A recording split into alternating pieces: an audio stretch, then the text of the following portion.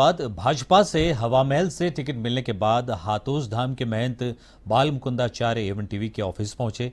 Channel head Anil Lodha से मुलाकात की। इस दौरान एवन टीवी के सीईओ उत्कर्ष लोढ़ा भी मौजूद रहे। एवन टीवी से खास बातचीत में उन्होंने भाजपा नेतृत्व का आभार जताया। उन्होंने कहा कि जयपुर समेत पूरे राजस्थान में इस बार कमल खिलेगा।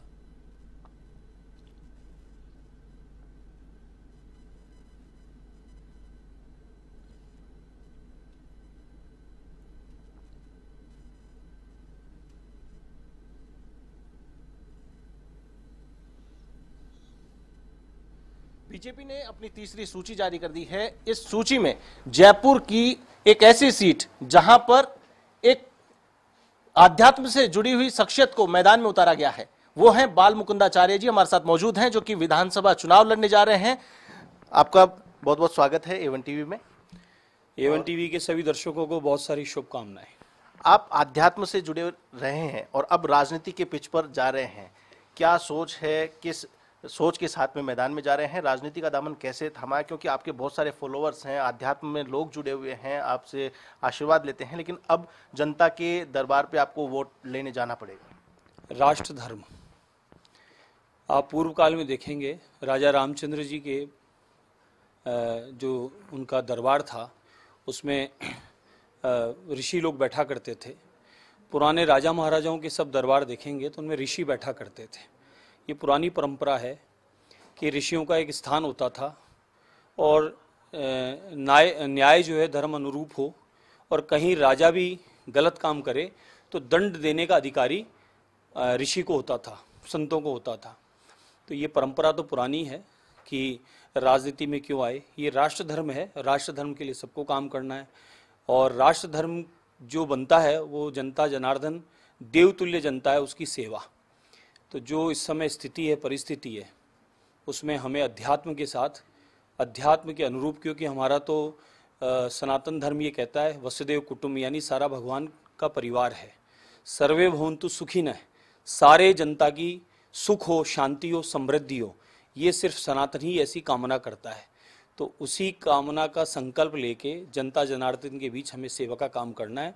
संपूर्ण राजस्थान में जिस कमल पे लक्ष्मी विराजमान है उस कमल को खिलाना है, समृद्धि यानी लानी है। और मोदी जी का जो संकल्प है सबका साथ, सबका विकास, सबका विश्वास, वह जीतना है। और जिस प्रकार से भी भारतवर्ष निरंतर पूरी दुनिया में आगे की ओर बढ़ रहा है, विश्व गुरु के रूप में काम कर रहा है, पूरी दुनिया सम्मानीय प्रधानमंत्री नरेंद्र मोदी जी को देख रही है, उनके काम की शैली को देख रही है, और उसी से प्रेरणा लेकर हम सब भी अपने अध्यात्म के साथ में राजधर्म भी निभाएंगे।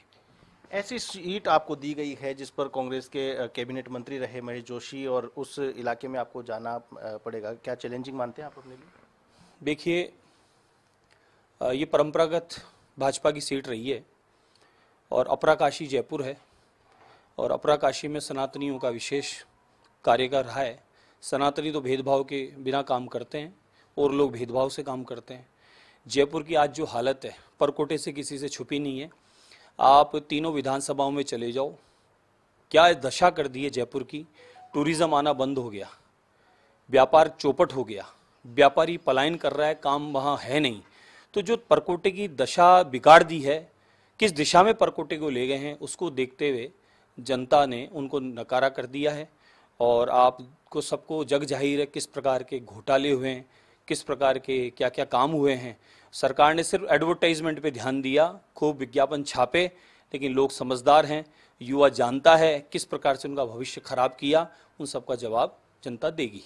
टिकट की मांग के लिए बहुत लोग लाइन में लगते हैं, बहुत मेहनत करनी पड़ती है, और एक नाम जो ऐसा था इस सूची में जिसने चौंकाया वो नाम था आपका, कि आपका नाम देख करके लोगों ने आश्चर्य व्यक्त किया कि महाराज जी चुनाव लड़ेंगे। तो ऐसे में क्या मानते हैं, क्या पार्टी टिकट देने आई या आप लाइन में लगे हुए थे टिकट लेने? नहीं, मैं कहीं लाइन में नहीं था। और ये यहाँ जो विचार परिवार है, भाजपा का जो स्वभाव है वो ये है कि कहीं से भी कोई कार्यकर्ता काम कर रहा है, वो कार्यकर्ता झाड़ू लगाता हो या चाय बेचता हो या चाय बनाता हो, उस कार्यकर्ता की काम की देखकर और उसे कोई दायित्व देते हैं। लाइन में 10 लोग लगते हैं, इसमें दो राय नहीं, और किसी एक को दायित्व दिया जाता है।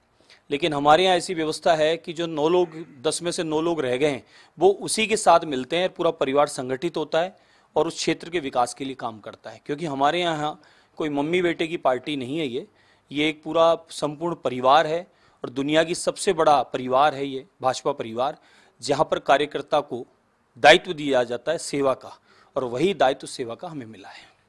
आपको दायित्व मिला है पूरे प्रदेश को लेकर के। अंतिम सवाल आपसे चाहूंगा कि क्या कुछ कहना है आपका, जिस प्रकार से सरकार ने काम किए, सरकार अपने काम के दावों के आधार पर जनता के बीच जा रही है, वोट मांग रही है, क्या राजस्थान में आप बीजेपी सरकार बना पाएगी? बीजेपी बहुत अच्छे बहुमत से सरकार बनाएगी। दिवाली आने वाली है और माँ लक्ष्मी कमल पे विराजती है और अष्टकमल के स्वरूप में 8 स्वरूप लक्ष्मी के विराजमान हैं, और मैं मानता हूँ कि हमारे सभी चारों दिशाओं में, संपूर्ण राजस्थान में बहुत बड़ी कृपा होगी और विकास का जो संकल्प है मोदी जी का, उस संकल्प को पूरा भाजपा परिवार मिलकर पूरा करेगा। और इस प्रकार इस समय की जो हमारी यहाँ की जो सरकार गई, अब जो सरकार गई, उस सरकार का जो रवैया रहा है, जो उन्होंने एक आंख से काम किया एक आंख बंद करके, वो सबको पता है। किस प्रकार के घोटाले में सबको पता है, किस प्रकार से युवाओं का भविष्य खराब किया वो सबको पता है। एक एक सवाल का जवाब 25 तारीख को वोट की चोट बोलें वो मिलेगा, और ये आप देखें ये एडवर्टाइजमेंट खत्म हो जाएंगे और भाजपा का कमल पूरे राजस्थान में बहुत बड़े रूप में, विराट रूप में खिलेगा। तो ये थे बालमुकुंदाचार्य जी, जो कि विधानसभा चुनाव लड़ने जा रहे हैं। हवा महल सीट से इन्हें प्रत्याशी बनाया गया है और इनका दावा है कि बीजेपी की सरकार बनने वाली है। ये तो आने वाला वक्त बताएगा। कैमरा पर्सन जितेश कुमार के साथ आशीष तिवारी, A1 टीवी, जयपुर।